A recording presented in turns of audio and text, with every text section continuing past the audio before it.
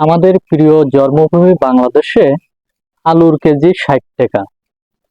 আর পার্শ্ববর্তী আমাদের বন্ধু রাষ্ট্র, সেখানে আলুর কেজি ২৮ থেকে ২৯ টাকা।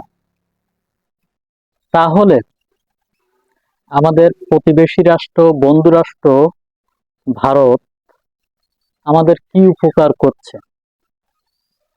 তার আগে আমি একটু বলে নেই, যারা কোটা নিয়ে আন্দোলন করছেন, জনসাধারণের পক্ষে আন্দোলন করছেন, এই স্থান থেকে তাদেরকে আমি সাধুবাদ জানাই, স্বাগতম জানাই। কারণ কোটা আন্দোলন যারা করছেন, সকল মুক্তিযোদ্ধাদেরকে আমি স্যালুট জানাই। কোটা আন্দোলনে সকল মুক্তিযোদ্ধার ছেলে মেয়েরা চাকরি পাবে, এটা একটা স্বাভাবিক বিষয়, এটা মেনে নেওয়া যায়। কিন্তু তার নেতে নাতনি পোতা পত্নী তারা যে চাকরি পাবে, এটা তো মেনে নেওয়া যায় না। তাদের কি মেধা নেই? তাদের কি ভালোভাবে লেখাপড়া করেনি? তাদের যদি মেধা থাকে, ভালোভাবে লেখাপড়া করে থাকে, তাহলে তো তারা অবশ্যই চাকরি পাবে। যাক, আমি এ বিষয়ে আপাতত কথা বলতে চাচ্ছি না, যেহেতু আমি বর্তমান সময় বাজার কেন্দ্রিক কিছু বিষয়ে কথা বলতে চাচ্ছি, আমি সেদিকে আবার চলে যাচ্ছি।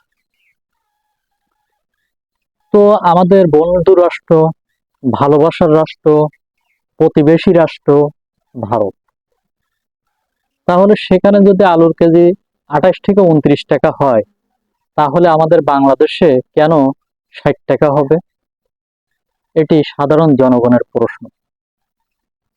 কারণ সাধারণ জনগণ, সাধারণ দিনমজুর খুবই কষ্টে দিন কাটাচ্ছে।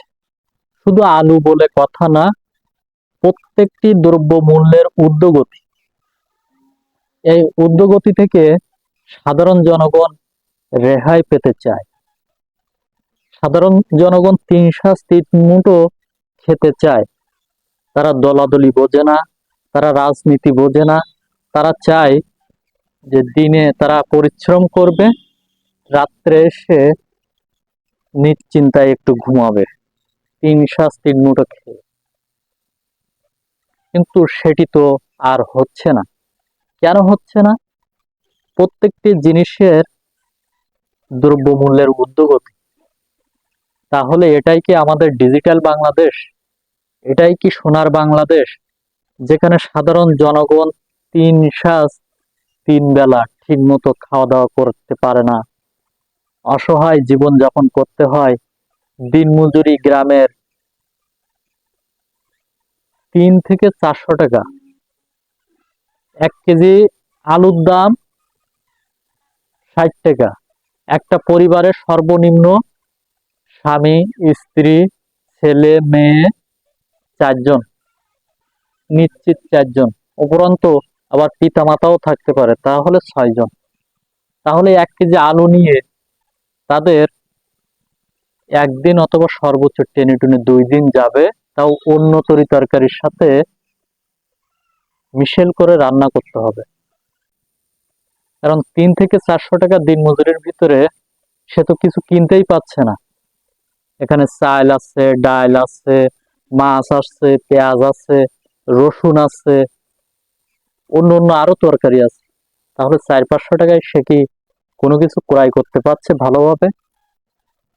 তাহলে এই উন্নয়ন, এই ডিজিটাল দেশ দিয়ে সাধারণ জনগণ, মধ্যবিত্ত জনগণের কি হবে বলুন তো? সর্বোপরি সাধারণ জনগণের পিঠ যদি দেয়ালে ঠেকে যায়, জনগণ যদি ফুসলিয়ে ওঠে, আন্দোলন শুরু করে, সাধারণ জনগণ যদি আন্দোলন শুরু করে, তাহলে এই সরকারের কি অবস্থা হবে? সাধারণ জনগণ আর সরকারই ভালো জানে। যাক, আমি ওদিকে আর যেতে চাই না। সর্বোপরি একটা কথা স্পষ্টভাবে বলতে চাই, প্রত্যেকটি দ্রব্যমূল্য জনসাধারণের ক্রয় ক্ষমতার ভিতরে থাকুক, তা না হলে ডিজিটাল বাংলাদেশের অবমূল্যায়ন করা হবে বলে সাধারণ জনগণ মনে করছে।